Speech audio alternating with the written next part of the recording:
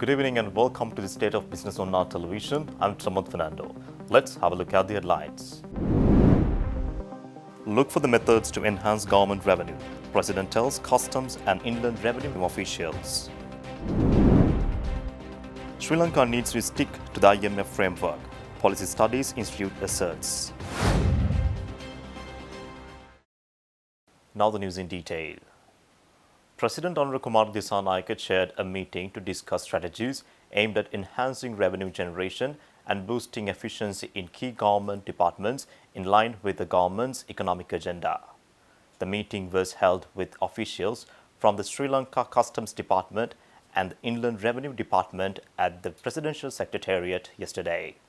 During the meeting, officials from both departments presented the challenges they face in managing revenue and addressing tax evasion. They emphasized the critical need for stronger coordination between the Inland Revenue Department and Customs to effectively combat these issues. The President's Media Division stated that improved collaboration between the departments will lead to more effective enforcement of tax laws and help prevent tax leakages, which is essential for boosting the country's revenue collection. In a move to strengthen bilateral ties, the ambassador of the Republic of Korea, Meon Lee, paid a courtesy visit to President Kumar Dissanayake at the Presidential Secretariat yesterday. This visit marks a pivotal moment in enhancing diplomatic and economic relations between Korea and Sri Lanka under the new administration. Ambassador Lee congratulated President Dissanayake on his recent inauguration, conveying well wishes from President Yoon Suk Yeol. She emphasized Korea's commitment to expanding investments in Sri Lanka, especially with expectations for increased transparency and streamlined policies to attract foreign direct investment. During the meeting, Ambassador Lee highlighted Korea's continued support for Sri Lanka, including ongoing people-to-people exchanges and cooperation in key sectors like education, health, digitalization, and renewable energy. Korean government agencies continue to play an active role in Sri Lanka, and Ambassador Lee sought the government's support for their initiatives. The conversation also focused on climate change and digitalization, with Korea expressing its intent to collaborate on these key areas in the future.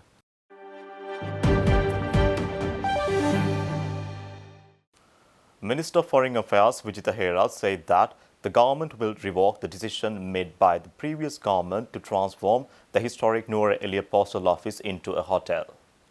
He made these remarks during the World Postal Day celebration held in Colombo recently. තැපෑල වහලා දාන ආකල්පය වෙනස් කරලා තැපෑල ගොඩ ගන්නවයි කියන ආකල්පේ අපි ඉන්නවා.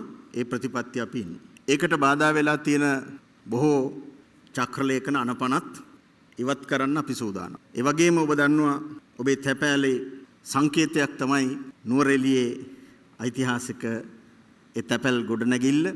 පහුගිය කාලේ ඒ තැපැල් ගොඩනැගිල්ල බලහත්කාරයෙන් පවර ගන්න තීන්දුව ගත්තා.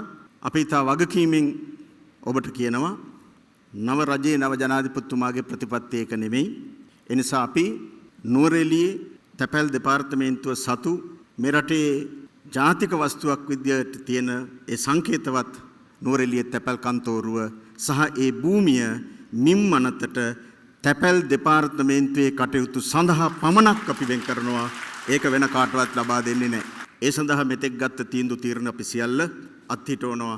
අත්හිටවලා අනිවාර්යයෙන්ම ඔබට ඔබේ කටයුතු කරගෙන යන්න අපි අවශ්‍ය පහසුකම් අනිවාර්යෙන් සපයා දෙනවා.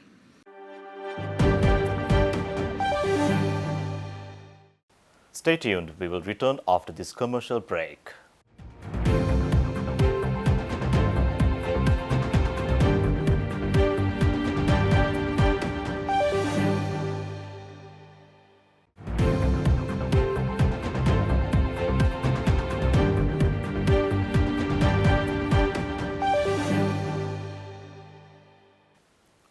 Welcome back. The Ceylon Chamber of Commerce and the Sri Lanka Banks Association have formalized their partnership by signing a memorandum of understanding yesterday. This agreement aims to strengthen their collaboration on building capacity for sustainable finance and promoting financial access, particularly for export-oriented value chains and the SME sector.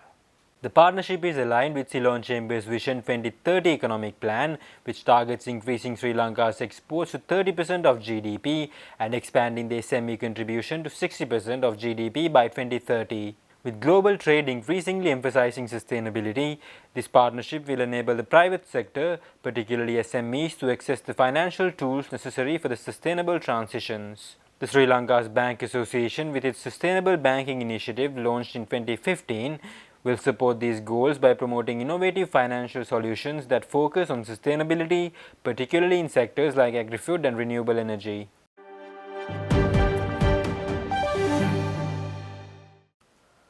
Policy Studies Institute Executive Director Dushnivira Khan stressed that Sri Lanka must remain committed to the fiscal framework set by the International Monetary Fund to achieve the microeconomic stability needed to sustain recovery.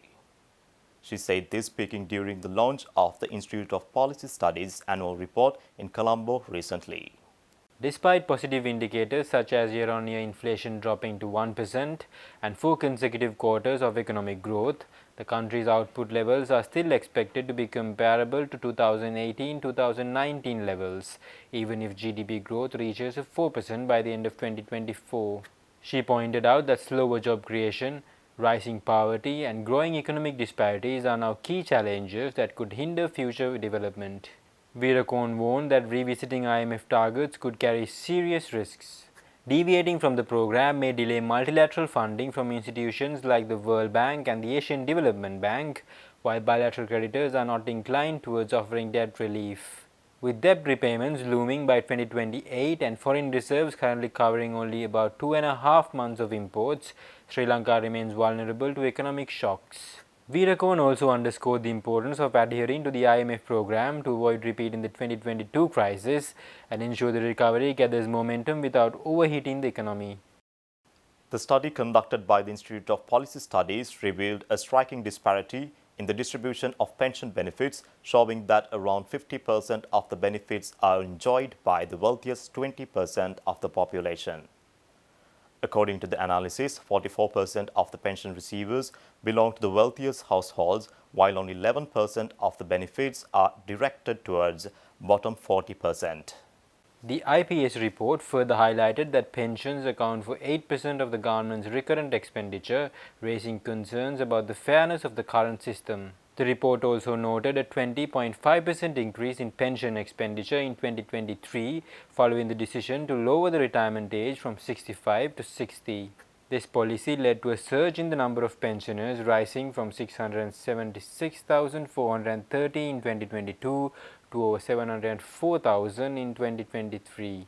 Research economist at IPS Priyanka Jayawardena emphasized the need for a contributory pension fund to ensure the sustainability of the system, pointing out that most pension beneficiaries are from wealthier segments of the society. The findings were based on data from the 2019 Household Income Survey and the 2022 Labour Force Survey.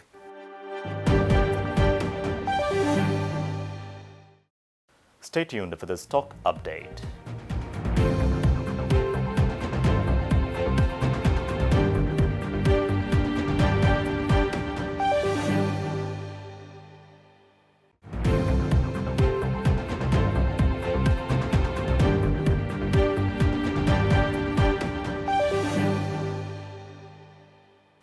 Trading at Colombo Stock Exchange ended on positive notes today.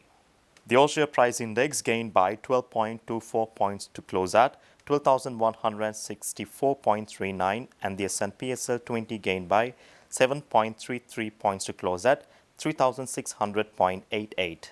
The turnover was 1.5 billion rupees and over 61 million shares were traded. Up next are Forex rates.